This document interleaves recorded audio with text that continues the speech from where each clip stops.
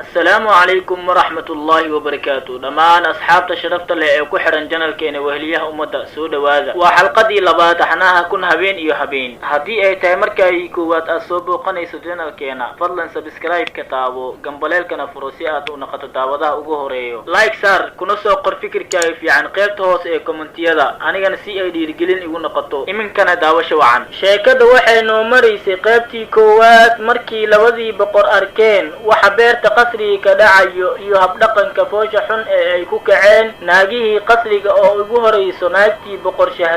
بقر شهريار مركو اركي وحا ناكتي سسمينيسو ايو عقلي كدولي وحونا ولالكي سكويري نوات ولالو ان ميشان اساقتكني وحبا اقم باهنين بقرتويو الا ان كسو ارقنو ان ادون كان كنوليهين داد اناقنا لمت اما نغليتان مركز ايو كاقلاضي كدبنا لوضوضي سيو ذا جر ايي ubaxayn ayagoo qasriga qaab qarsoodi ah ugu baxay waxay safar ku jiraan maalintii dambe ayay geed hoos fadhiisteen iyagoo daalan geedku wuxuu u dhawaa bad yar meesha ku taalay iyagoo meeshii kunasanayo ayaa badii hal mar kacday waxaana ka soo baxay wax aad moodo tiir weyn kaasoo cirka isku shareeray markay arkeen waxaan ayay cabsi dareemeen iyagoo geedkii orodku fuuleen waxayna sii fiirinayeen waxaan badda ka soo baxay wuxuu yahay mase waxa badda ka soo baxay waa jinni aad u weyn aadna u dheer oo feero weyn wuxuuna madaxa ku xambaarsan yahay sanduuq weyn jinnigii sidii uu u soo socday wuxuu imaaday geedkii ay labadii boqor saarnaayeen markaas ayuu geedkii hoos fadhiistay wuxuuna furay sanduuqii weynaa markaas ayuu ka soo bixiyey sanduuq kale wuu sii furay markaas ayuu wuxuu ka soo bixiyey gabar aad moodo xuurulcayntii jannada quruxdeeda aad yaabayso sidii dayaxana u ifayso markaas ayuu jinnigii gabadhii ku yidhi boqoradii xurta ahaydey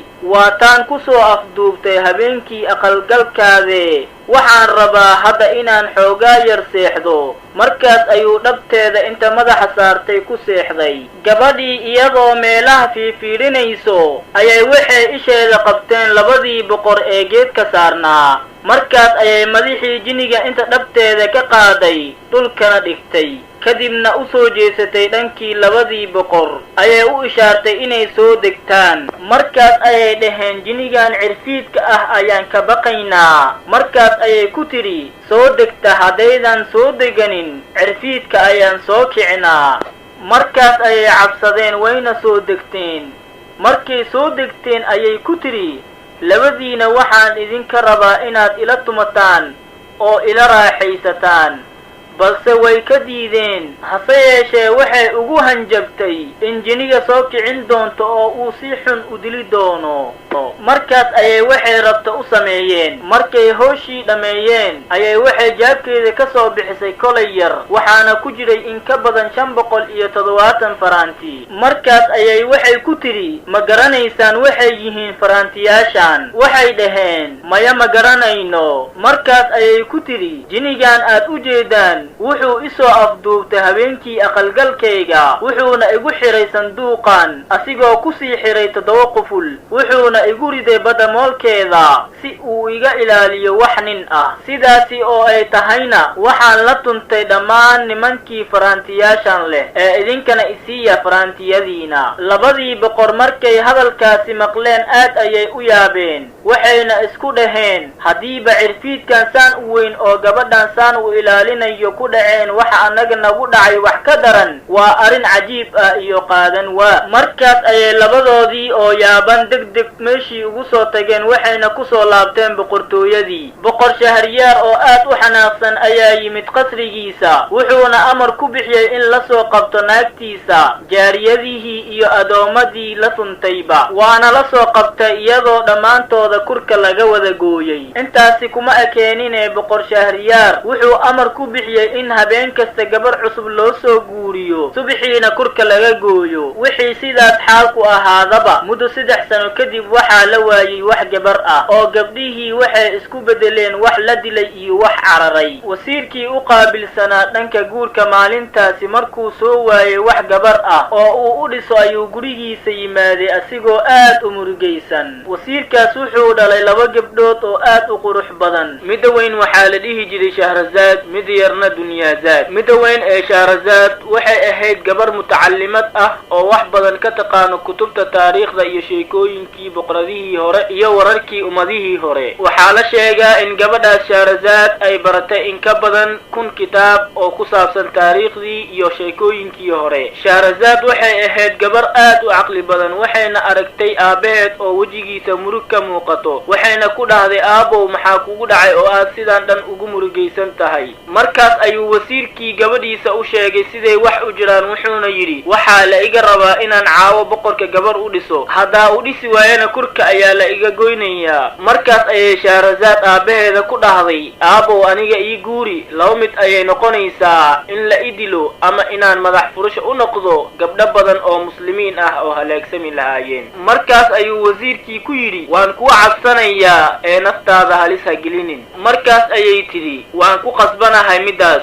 waa lagama maarmaan ee ii guuri. markaas ayuu wuxuu yidhi, waxaan kaaga cabsanayaa inay kugu dhacaan wixii ku dhacay dibigii iyo dameerkii uu ninkii beerleyda ah lahaa. markaas ayay tidhi, maxaa ku dhacay aabow? wasiirkii wuxuu gabadhiisa ku yidhi, ogow gabadhaydiyey inuu jiro nin beeraley xoolo dhaqato ahaan jiray, wuxuuna lahaa xaas iyo carruur. ninkaasi Allah subxaanahu wa tacaala wuxuu ugu deeqay aqoonta luuqadaha xayawaanaadka iyo shimbiraha, laakiin hadduu ka xog warmo uu dhimanayo. ninkaas beerleyda wuxuu lahaa dameer iyo dibi. dameerka shaqadiisa waxay ahayd in ninka raaco meeshuu doonana ku aado, halka dibigana shaqadiisa ahayd in subixii ilaa galabtii beerta lagu falo. maalintii dambe dibigii ayaa u yimid dameerkii asigoo iska fadhiyo oo cawskana iska cunayo, biyahana ag yaalaan. wuxuuna ku yidhi, way kuu dhacatay adiga, aniga waan daalanahay oo tacbaan ayaan ahay, sidii beer la igu falayay, laakiin adiga halkan ayaad cawska iska ruugaysaa, shaqo badanna ma qabatid. markaas ayuu dameerkii yidhi, talo aniga ayaa kuu haayo, beri markii lagu yimaado oo xarigga iyo tiirka yaambada oo beerta lagu falayo lagugu xidho, iska fadhiiso, hana istaagin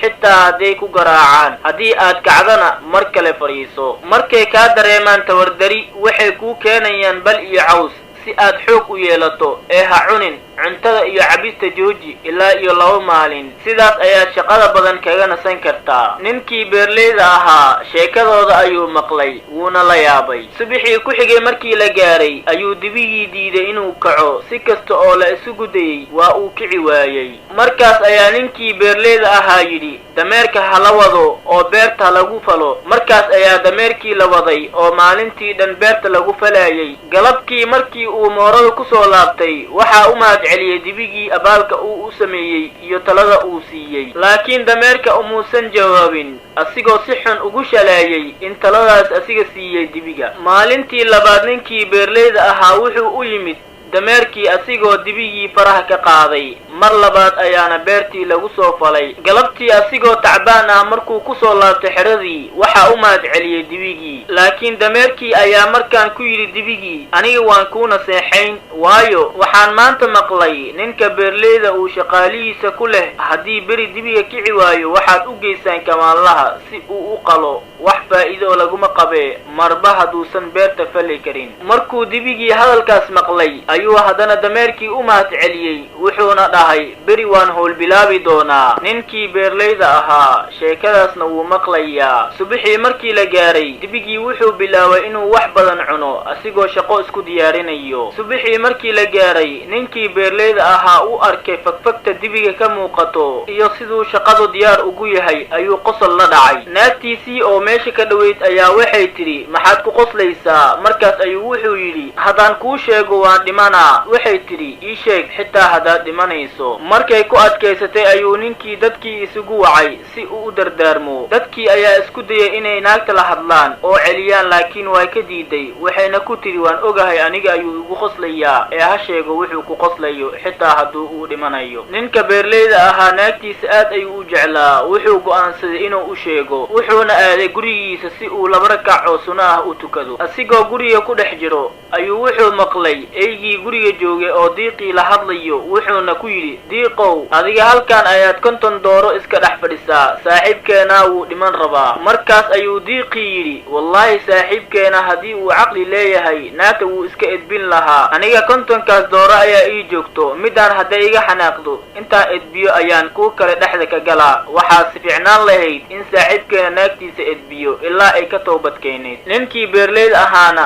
hadalkii ayuu maqlay kadib ayuu soo baxay wuxuuna u yeeray naagtiisa wuxuuna ku yidhi qolka soo gal gooni ayaan kugu sheegaye markay qolkii soo gashay ayuu si daran u garaacay ilaa ay ka qayliso waan toobad keenaa halkaas ayayna naagtii hadalkeedii ugu noqotay dadkiina ku farxeen maadaama ay noloshii ninka badbaaday markaas ayuu wasiirkii gabadhii ku yidhi adigana sidii dameerka oo kale inay kugu dhacdo ayaan ka baqaa intaad isleedahay dad kala badbaadi naftaada halis geliso markay Shahrazad maqashay sheekadan ayaa waxay tiri wixii dhacayo ha dhaceen boqorkan ii guuri aniga diyaar u ah sidii ayaa gabadhii boqorka loo guuriyay waxayna gabadhii Shahrazad ahayd la sii dardaarantay walaasheeda ka yar Dunyazad iyadoo ku tiri markii boqorka la ii geeyo waxaan ka codsanaa habeenkaas markii uu dantiisa iga bogto inaad habeenkaas wehel ii noqoto haddii uu ogolaado waxaad igu dhahdaa abaayo imaad noogu sheekaysid sheeko cajiib ah oo ka mid ah sheekooyinkaaga halaasiga ahaa maadaama aad beri naga tegaysid aniga insha Allah sheeko aan boqorka kaga taqalluso ayaan bilaabaa kadibna gabadhii sidii ayaa lagu galbiyay